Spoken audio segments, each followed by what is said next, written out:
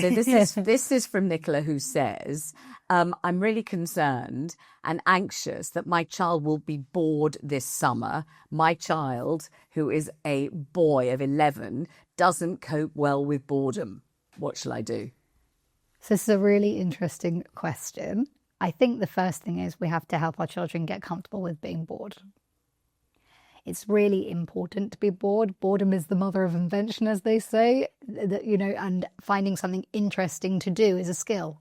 Thinking of something to do.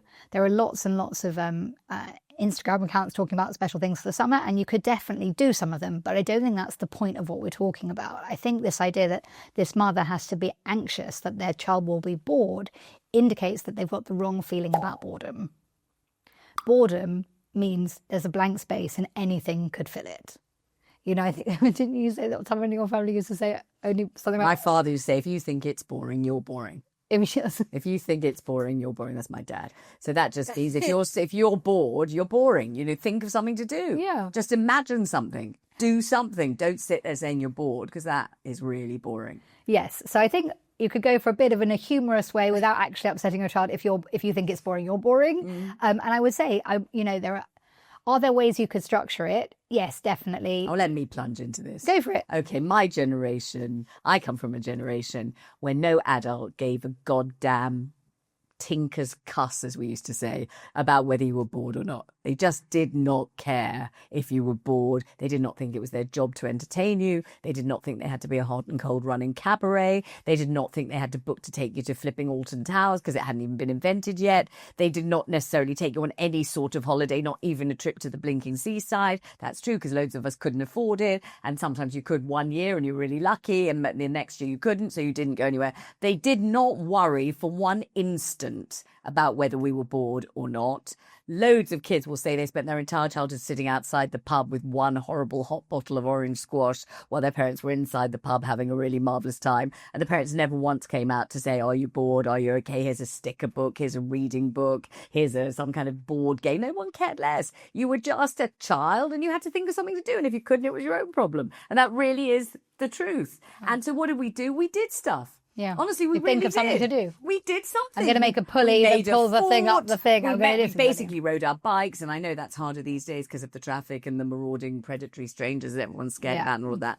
We rode our bikes. We played with the next door neighbours. We made scrapbooks. I don't know what the hell we did. We used to read. I used to read until my eyes practically fell out. And joking, and my eyes would be kind of all red rimmed from constant reading. I'd read and read and read. And also the television did not start until about 4:00 in the afternoon. There was no daytime TV. It did not exist. We did not have videos, DVDs, or any other way of watching it. There was nothing at all. Look, most of the time it was raining and it was boring beyond belief. There was absolutely nothing to do. So you had to find something to do. Exactly. And that was the making of all of us, because you became inventive.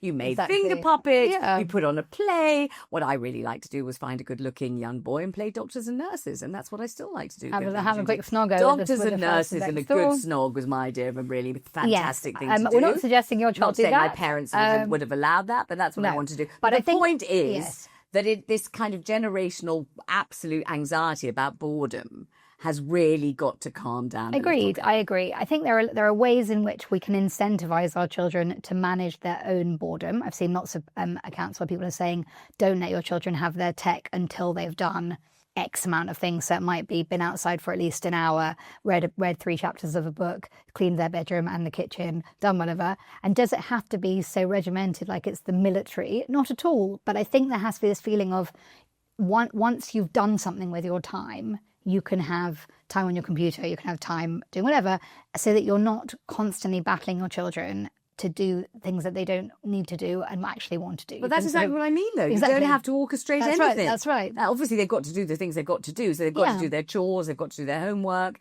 they've got to do the things they've got to do. Yes. But the rest of the time is not your problem, really. Yeah, so I don't think you should just leave them in an empty room staring at the wall. Of course I don't. But we all know that the children these days have got a trampoline in the garden, or have got books they can read, have got toys they can play with, have got a sibling they can get in an argument with. They absolutely have all those things. So I think the idea is to incentivize your children to find something else to do without you, and then to come back to you later and tell you what they've done. And I just like to say a really excellent thing is a dressing up box. And that doesn't mean you have to keep going to the supermarket and buying a ready-made Snow White outfit. Not that.